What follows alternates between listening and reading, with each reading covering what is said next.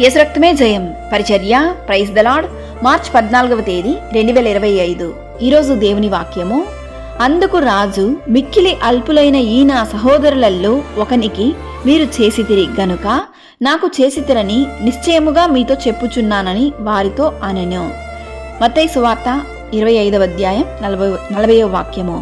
అవును క్రీస్తునందు ప్రియులారా, విశ్వాసులమైన మనము మన చుట్టూ అవసరతలోనూ ఆపదలోనూ ఉన్నవారికి, దీనస్థితిలో ఉన్నవారికి సహాయం చేసిన ఎడల అది నిశ్చయముగా ప్రభువుకే చేసిన వారమవుతాము.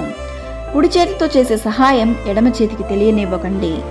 దేవుని వాక్యం ఇలా సెలవిస్తుంది, మేలు చేయుట నీ చేతనైనప్పుడు దానిని పొందదగిన వారికి చెయ్యకుండా వెనుక తీయకుము.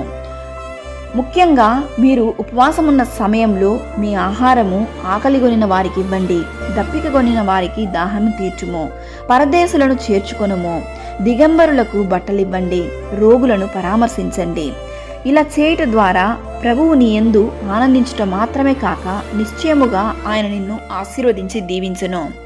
అల్పులకు, దీనులకు, రోగులకు చేసే సహాయాన్ని దేవుడు నిశ్చయముగా అంగీకరించి మీకు రెట్టింపైన దీవెనలతో ఆయన మిమ్మను ఆశీర్వదించును. అటువంటి వారికి మనం సహాయం చేసినప్పుడు ప్రభువుకే మనం సహాయం చేసిన వారం అవుతాము. ఈరోజు ఈ వాక్యం వింటున్న ప్రియ సహోదరి సహోదరులారా, ప్రభువు ఈ వాక్యం ద్వారా మీతో మాట్లాడుతున్నాడు.